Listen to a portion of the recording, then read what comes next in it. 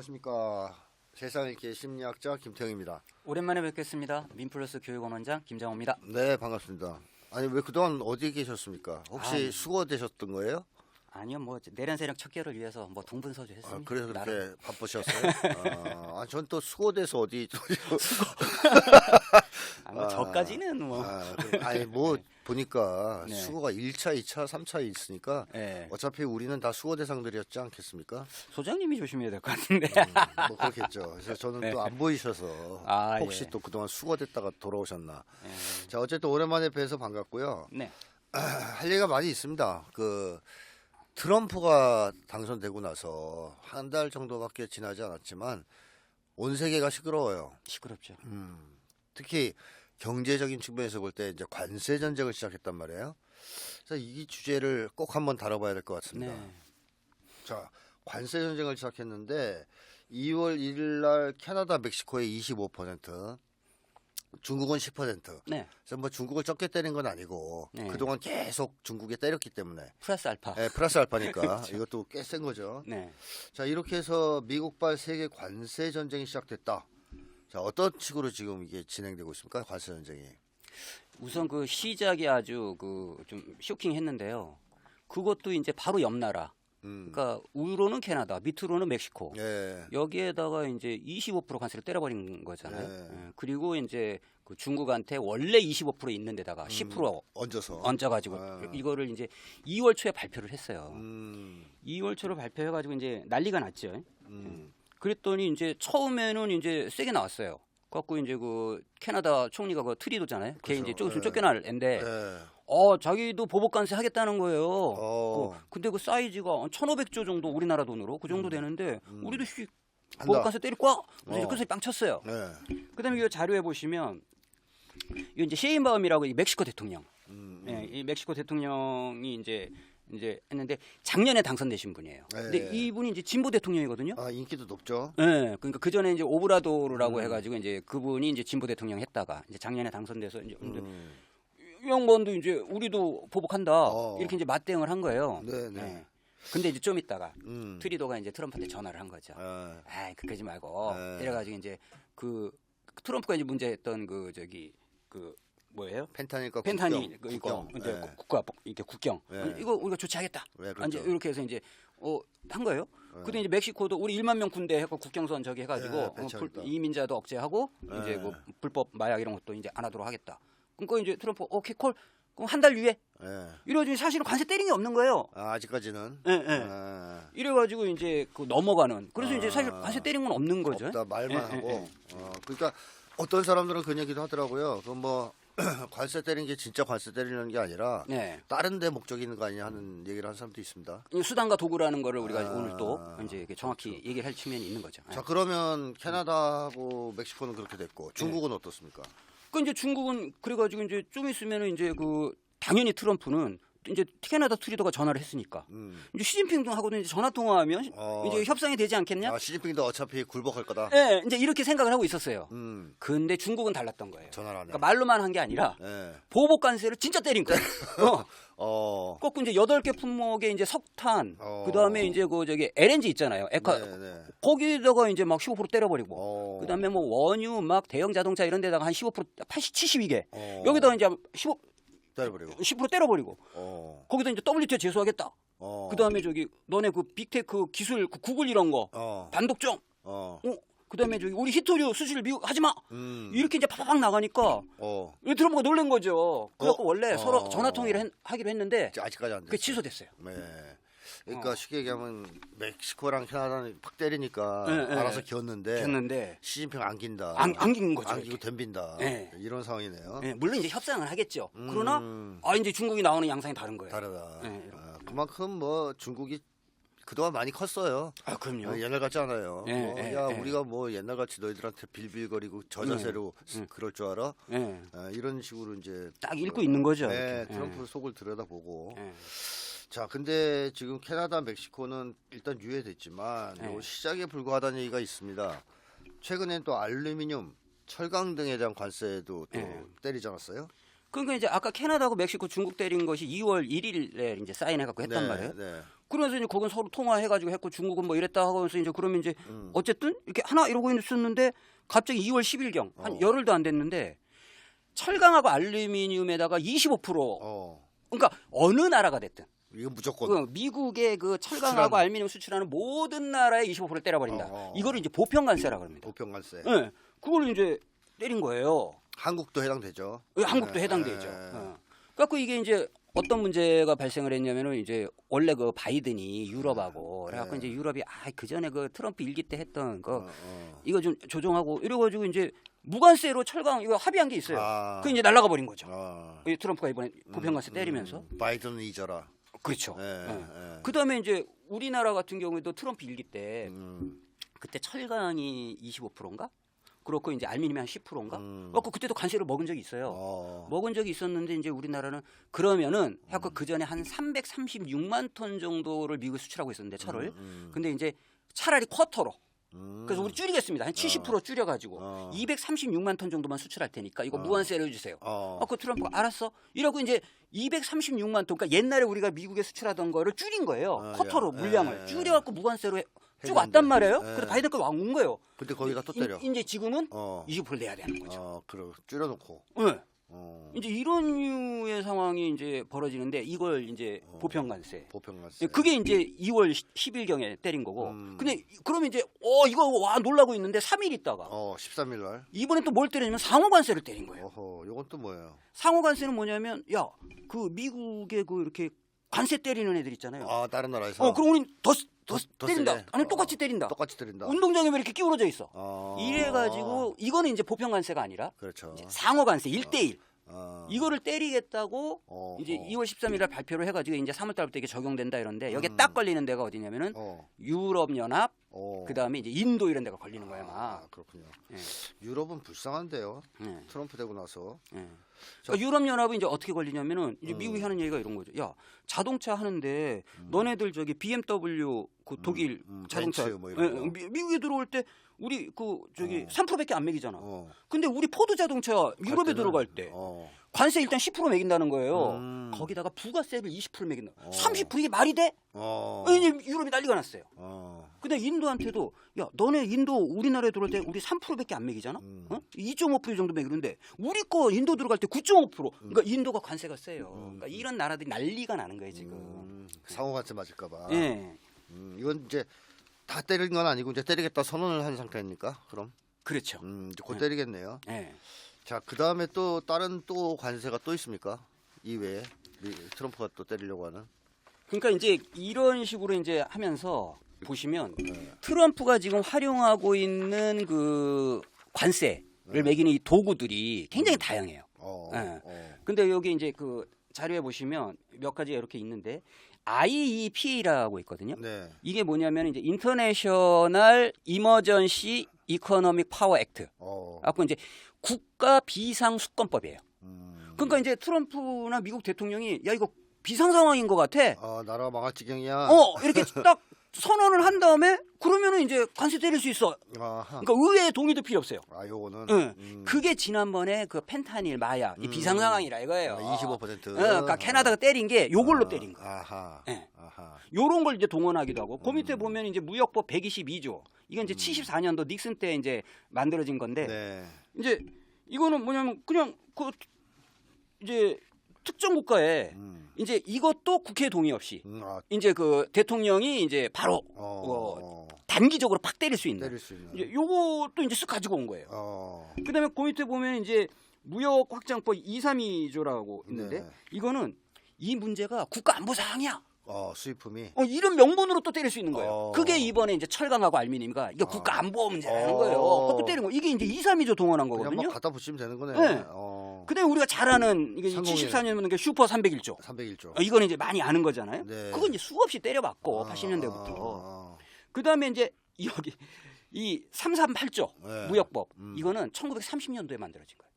한 번도 이게 적용해 본 적이 없어. 쓴 적이 없는. 그러니까 사문화된 것도 이제 다 끄집어내는 거예요. 그래서 이제 어느 나라가 좀 문제가 있는 것 같아. 그럼 이거 때릴 수 있는 거. 아하. 거기다가 이제 USMCA 이게 이제 무슨 US 미국, 그다음에 M 멕시코, MC 그다음에 CA는 캐나다. 이게 이제 그 나프타를 변경한 이제 그거잖아요. 여기 또 제협상 들어간다는 거예요. 이런 방식으로 지금 미국이 지금 쓸 수 있는 모든 거 거의 뭐 사문화된 것까지 총동원해 가지고 이렇게 저렇게 막 때리고 있는 이런 이제 무차별적이고 전방위적인 관세 전쟁, 관세 폭탄, 융단 폭격을 하고 있다. 그러니까 이렇게 보시면 죽은 법까지 살려서 때릴 수 있는 관세는 다 때리겠다. 그렇죠. 관세 중독자입니까? 그렇죠. 그러니까 트럼프가 뭐 그런 얘기 했잖아요. 나는 관세맨이다. 그 사전에서 가장 아름다운 단어가 관세다. 네네네. 뭐 이 정도면 관세 중독 아니에요? 관세 중독이죠. 그래갖고 이제 그 전에도 했는데 이 원조가 누구냐면 원조. 맥킨리라고 트럼프가 존경한다고 했던. 최고 존경하는 미국 25대 이제 대통령이에요. 왜 존경하냐? 관세 때문에? 그렇죠. 이 사람도 네. 그 이제 나는 관세라는 플랫폼에 있는 그걸 사랑한다. 이 말을 이 워딩을 만든 게 이제 이 맥킨리라는 사람인데 이 사람이 이제 그 1900년도면은 미국이 어떨 때면 이 사람이 미국하고 스페인 전쟁을 할 때 대통령이에요. 갖고 이제 쿠바, 필리핀, 괌 이거 다 먹잖아요. 그러니까 미국이 해외 침략 전쟁을 했던 그러니까 굉장히 그 팽창주의적이고 제국주의적인 정책을 굉장히 전면화했던 그 원조가 맥킨리예요. 그 존경하는 게 관세만은 아니겠네요. 그렇죠. 마가와도 관련이 있겠네요. 그렇죠. 그래서 이 사람이 가장 미국이 잘 나갔던 시기에 대통령이었다. 이렇게. 그래서 나도 이 사람처럼 되고 싶다. 그러니까 이 양반이 이제 오하이오 출신인데 오하이오가 이제 이쪽 서북부 쪽에 이제 캐나다하고 경계선에 있는 주란 말이에요. 그럼 그쪽에 이제 알래스카랑 연결되는데 맥키니 산이라고 있었어요. 이제 이 사람을 기린 산이죠. 그걸 오바마가 그 알래스카 그 원주민들이 그 산 이름 바꾸자고 그래가. 갖고 이제 산 이름을 바꾼 적이 있어요. 근데 트럼프가 그 바꾸긴 뭘 바꿔? 그 도로 맥킨리 산이라고. 다시 돌려놓을 정도로 이제 이렇게 존경하는 그 원조가 이 사람이 이제 관세법을 만들었다. 그래서 트럼프가 뭐 그 관세를 좋아하는 것을 합리화하기 위해서 맥킨리를 또 추앙할 수도 있겠네요. 그렇죠. 자, 그렇다면 트럼프가 이 관세 전쟁을 통해서 얻고자 하는 그 뭔가 목적이 있을 거 아닙니까? 정책 효과라든가. 그게 뭐라고 보십니까? 그 이제 트럼프가 관세 정쟁하면서 이제 1타 한 5피 정도 되는데 5가지나 여러 가지 노리는 게 있죠. 첫째로는 뭐냐면 트럼프가 감세 정책을 쓰잖아요. 그러니까 안에서는 감세, 밖에서는 관세. 그러니까 안에서 이제 감세를 해서 이제 법인세도 깎아주고 소득세도 깎아주고 심지어 혼잡세도 없었어요. 6,600조. 와. 앞으로 트럼프 전략에 의해서 한 10년 동안 감세 규모가 6,600조가 넘어요. 그 이걸 메꿔야 될 거 아닙니까? 그렇죠. 그러니까 외국에서 이제 때린다. 관세를 고율관세나 보편관세나 막 때려가지고 이걸 메꾸겠다 하는 게 이제 첫 번째 이제 재정 적자를 메꾸려는. 재정 적자를 메꾸려면 관세도 때리고 내부에서 세금도 부과하고 하면 더 빨리 메꿀 텐데. 그래도 또 지네 쪽 나라 부자들은 도와주려고 하는 모양입니다. 그렇죠.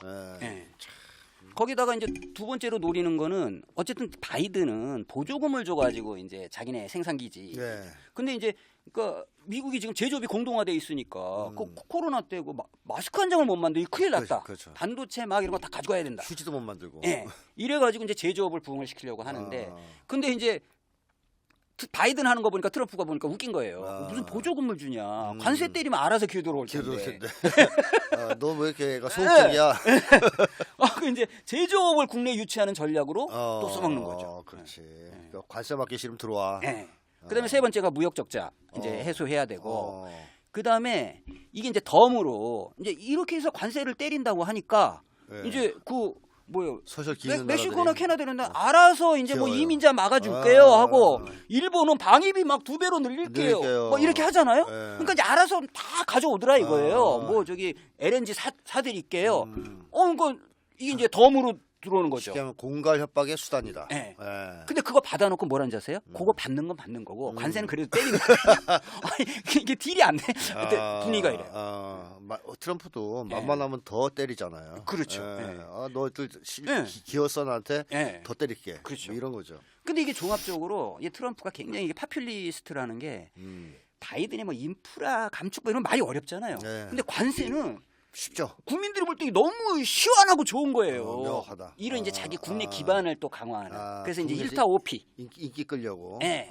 그래서 재정 적자도 메꾸고 무역 적자도 메꾸고 그다음에 이제 해외 그 산업도 유치해서 제조업도 세우고 그다음에 덤으로 군사비 뭐 이런 것도 땡기고 국내 지지도 높이고 이거 너무 좋은 거예요. 지가 볼 때. 그러니까 훨씬 더 간세로.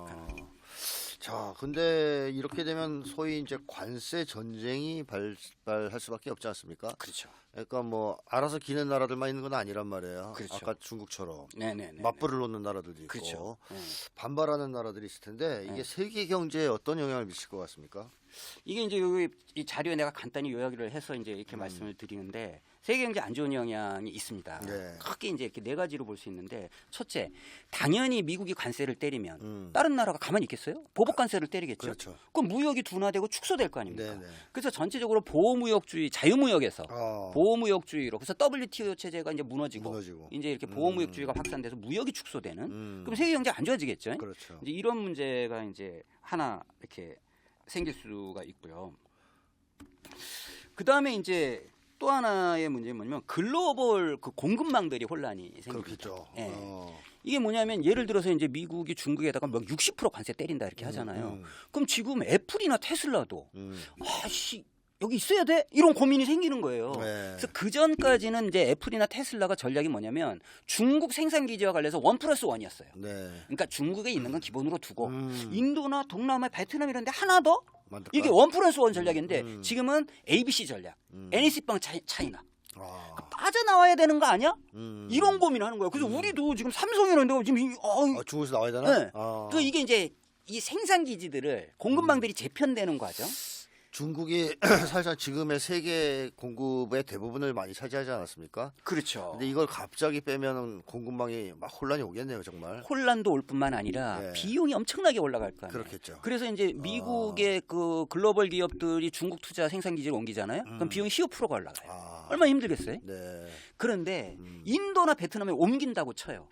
근데 지금 중국의 가성비가 얼마나 좋냐면 중국처럼 예를 들어 생산 기지 딱 서 있죠. 그 옆에 고속도로 인프라 쫙 깔려져 있죠. 막 철도. 네. 거기다 물류망, 유통망 좋죠. 네. 거기다 노동력 좋죠. 네. 원자재 옆에 있죠. 그러니까 이렇게 굉장히 그 컴팩트하고 엄청난 가성비로 그렇게 값싼 가격으로 빠른 속도로 만들 수 있는 가성비를 갖춘 데가 없다. 세계적으로 없어요. 그러니까 중국을 못 찾아가는 거예요 지금.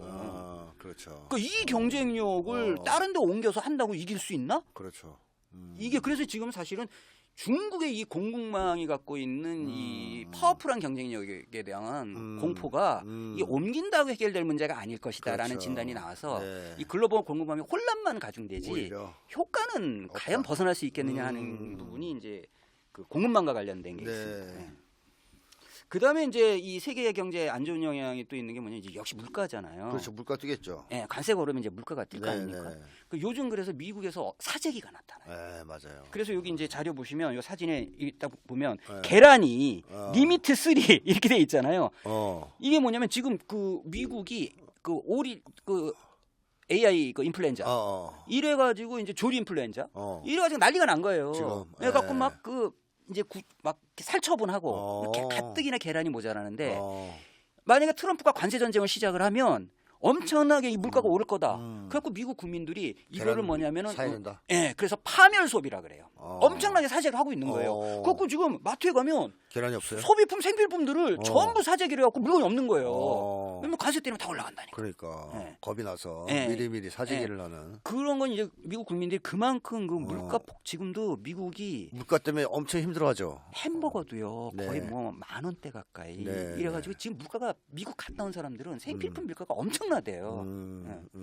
이런 데 지금 이제 여기서- 관세까지 오르면 여기서 더 뛰니까. 국민들은 아는 거예요. 미국 국민들은 야, 이 장난 아닌데. 그래서 그게 이제 그 요즘 나타나는 현상을 둠 스펜딩, 네. 파멸 소비라고. 파멸 소비. 그러면 일단 뭐 물가가 뛴다고 생각하면 지금은 사재기 하지만 소비가 위축된다고 봐야 되겠고, 그렇죠? 그렇죠. 네. 자, 그 다음에 또 마지막으로 또 어떤 게 있습니까? 이제 이렇게 되게 되면은 이제 어떤 문제냐면 이제 금융 문제가 발생. 금융이 굉장히 요동치겠죠. 네. 네. 그럼 이제 어떻게 되냐면 이게 이제 안전자산을 선호하는 쪽으로 관세가 올리면 안전자산을 선호하는 쪽으로 가게 되는데 금값 뛰는 거. 예, 금이 올라간다든가 네. 또 달러가 강세가 된다든가. 아, 달러 강세. 예. 그다음에 환율에서 이제 막 환율이 요동치면서 이제 약한 나라들은 이제 환율을 밑으로 깎는다. 그럼 이제 금융 전체가 굉장히 불안정해지는. 그래서 제3세계가 굉장히 어려워지는. 이제 요런 이제 전반적인 이제 그래서 미국은 뭐 주식이 좀 오르고 이럴지 몰라도 다른 나라는 엉망진창되는. 세계 경제가 엉망진창이 될 수 있다는 예. 얘기네요. 그죠? 그럼 전체적으로 이제 성장률이 저하되고. 저하되는. 이제. 그런데 예전에도 이렇게 이런 지랄을 하다가 네. 관세 전쟁 하다가 뭐 망한 경우가 있다고 들었는데요. 네네. 이게 우리가 그 잘 아는 대공황이잖아요. 대공황. 네. 아. 대공황인데 네. 이게 이제 그 론 스틸고라고 하는 그 미국 그 경제 역사학자가 있어요. 네. 이 양반이 이제 우리가 흔히 얘기하는 1929년 10월 그 블랙 프라이데이인가 뭔데인가 이래갖고 이제 주가 폭락 해가지고 그래서 이제 세계 대공황이 시작이 됐다 이렇게 알고 있잖아요. 근데 이 양반은 그게 아니라는 거예요. 예. 1929년 10월 달에 주가가 폭락을 했지만 1년 후 1930년 5월 정도에는 상당히 회복이 돼서 실제로 그 당시에 후보 대통령이 공황 종료 선언까지 해요. 아, 1년 뒤에. 예. 근데 문제는 뭐냐면 이 후보가 뭘 하냐면은 그 의회에 그 스무트라고 그다음에 스무트 홀리 이 자료 한번 보세요. 이 스무트 홀리라는 두 의원이 스무트라는 의원이 있고 홀리라는 의원이 있어요. 이 두 의원이 농산물을 비롯한 엄청난 관세법을 만들어요. 그러니까 그 관세법이 어느 정도냐면은 평균 관세가 59%고 오호. 최고는 400%까지 가는. 우와. 그러니까 미국 특히 농산물을 보호해야 된다 이거예요. 그러니까 그래갖고 지금 농산물 앞에 쌓아놓고 지금 관세 이거 가야 된다고 발표하는 장면이에요. 아, 이 사진이. 예. 이게 이제 30년 6월달 얘기거든요. 그래서 이제 그 이 경제학자가 뭐냐면 실제 세계의 대공황은 이 스무트 홀리법, 이 관세법에서 시작이 된 것이지 1929년 주가 폭락이 아니다. 이렇게 역사를 재해석할 정도로 이 관세법이 그러니까 이제 미국이 관세 올리니까 다른 나라 보복 관세. 그렇죠. 그래서 이제 이게 블럭이 생기는 거잖아요. 달러권, 그다음에 그 영국 그 당시 돈이 뭐예요? 파운드권, 그다음에 프랑스 돈, 프랑권. 그러니까 영연바 이래서 블럭 경제가 만들어. 이게 나중에 전쟁으로 가는 거죠. 이런 데는 그래도 식민지라도 있으니까 블럭을 만들어서 견디는데 독일, 일본 얘네들은 답이 없잖아요. 그렇죠. 그러니까 전쟁 난 거예요. 그러니까 이 정도로 이 관세가 쉽게 얘기하면 공황을 불러오기도 하고 네. 궁극적으로 세계 대전의 원인이 되기도 했다. 그래서 미국 안에서도 그 기업들이 이때도 이 저기 후보가 이 법 만들고 지지하고 할 때 포드, JP 모간 이런 데서 결사 반대했어요. 미국 기업인들이 반대를 했어요. 근데 밀어붙인 거거든요. 지금도 미국 기업들 중에서 반대하죠. 이거 이런 얘기를 한다. 네, 이런 거를 예견하는 거죠. 네, 대자뷰가 있는 겁니다. 그 트럼프가 이런 짓을 했을 때 어쨌든 결과가 꼭 원하는 대로 안 흘러가고 파국적인 결과를 가져올 수도 있겠네요. 세계 경제에. 사실은 그렇게 해석하는 게 저는 맞다고 봅니다. 네. 자, 지금까지 시청해주신 시청자 여러분들 감사드리고요. 다시 이겠습니다.